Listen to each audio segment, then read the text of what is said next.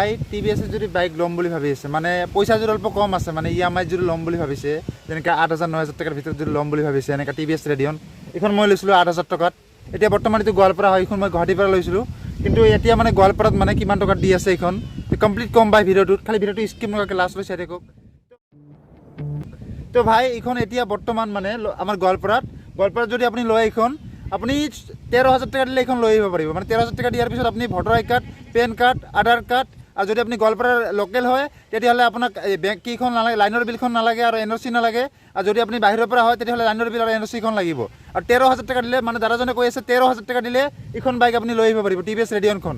আৰু এইখন মই টেষ্টিং কৰিম ভাই, এইখন মোৰ 2.5 বছৰমান হৈয়ে গ'ল, কমপ্লিট 2.5 বছৰ হ'ল। আৰু এতিয়াও মানে একো প্ৰব্লেম দিয়া নাই, মই ইমান এটা মানে একো মানে ইঞ্জিনৰ কোনো প্ৰব্লেম দিয়া নাই এতিয়ালৈকে।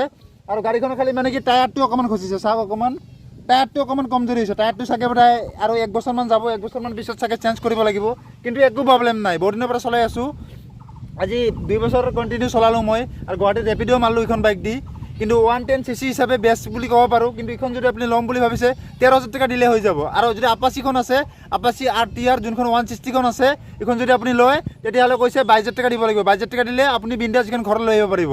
2 ঘণ্টামান প্ৰচেছিং হ'ব, কেতিয়াবা মানে 3 ঘণ্টামানো হৈ যায়। 3 ঘণ্টাৰ ভিতৰত আপোনাৰ আপাচি 160খন লৈ আহিব পাৰিবি। আৰু আপাচি এখন V3 আপাচি আৰু এখন আছে ভলভ বুলি কয়, ভলভ আপাচি 160 হয় এইখন কৈ আছে আপুনি 25,000 টকা দিলে আপুনি বিন্দাছ ঘৰত লৈ আহিব পাৰিব।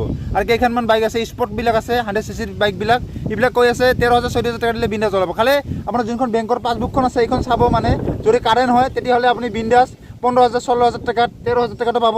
আৰু যদি আপুনি গুৱাহাটীত যদি কাম কৰি আছে, যেনেকৈ ৰেপিডো মই কাম কৰি আছোঁ, একাউণ্টে চব ট্ৰান্সফাৰ হয় পইচাবিলাক, এইটোৰ কাৰণে মই এইখন 8,000-9,000 টকাতে মই বিন্দাছ ল'ব পাইছোঁ গুৱাহাটীৰ পৰা। আপুনি যদি ইয়াৰ পৰা ল'ম বুলি ভাবিছে তেতিয়াহ'লে একাউণ্টটো ভাই কাৰেণ্ট কৰিবি, কাৰেণ্ট কৰাৰ পিছত আপুনি বিন্দাছ লৈ আহক। আৰু ঈদৰ কাৰণে অফাৰ দিছেনে নাই মই জাষ্ট ফোন মাৰিলোঁ, কিন্তু অফাৰ বৰ্তমান নাই, কিন্তু কয় যদি আপুনি দামী আপাচিখন লয় তেতিয়াহ'লে আপুনি 1,000 টকা ডিছকাউণ্ট পাব। আৰু এইবিলাক যদি বাইক লয় ডিছকাউণ্ট নাই বৰ্তমান। তো আশা কৰিছোঁ ভাই ভিডিঅ'টো ভাল লাগিছে, যদি ভাল লাগিছে লাইক কৰিবা, ছাবস্ক্ৰাইব কৰিবা, লগতে বেল আইকনটো ক্লিক কৰিবা। আৰু আজিকালি বৰ্তমান মানে ডেইলি এটাকৈ ব্লগ দি আছোঁ মই, তাৰমানে 1K ছাবস্ক্ৰাইবাৰ কমপ্লিট। আৰু যোনে ছাবস্ক্ৰাইব কৰিছে এইটোৰ কাৰণে ভাই বহুত বহুত ধন্যবাদ। এতিয়া মই কেইদিনৰ পিছত মানে গুৱাহাটীত গৈ আছোঁ, এতিয়া মানে লকডাউনৰ কাৰণে মানে ইমান এটা ভাল ভিডিঅ' লৈ আহিব পৰা নাই। মানে মই যাবা শ্ব'ৰুমত যাব বিচাৰিছিলোঁ, মানে যাবা শ্ব'ৰুমৰ কণ্টেক্ট মানে জাষ্ট ফোন মাৰিছিল মোক শ্ব'ৰুমৰ পৰা, গুৱাহাটীৰ পৰা, মানে এখন নতুন বাইক আহিছে আপুনি এটা ভিডিঅ' বনাওক। তো মই যাব বিচাৰিছিলোঁ, মানে এতিয়া বৰ্তমান কৰোণাৰ কাৰণে প্ৰব্লেম দি আছে, এইটোৰ কাৰণে যাব পৰা নাই। এতিয়া চাওক আপুনি যদি টিভিএছৰ বাইকখন ল'ম বুলি ভাবিছে তেতিয়াহ'লে মই দাদাজনৰ কণ্টেক্ট নম্বৰটো দি দিম, মানে টিভিএছৰ যোনটো শ্ব'ৰুমটো আছে আমাৰ গোৱালপাৰাৰ, এইটো কণ্টেক্ট নম্বৰটো দি দিম, আমি বিন্দাছ ফোন কৰি বিন্দাছ আহক।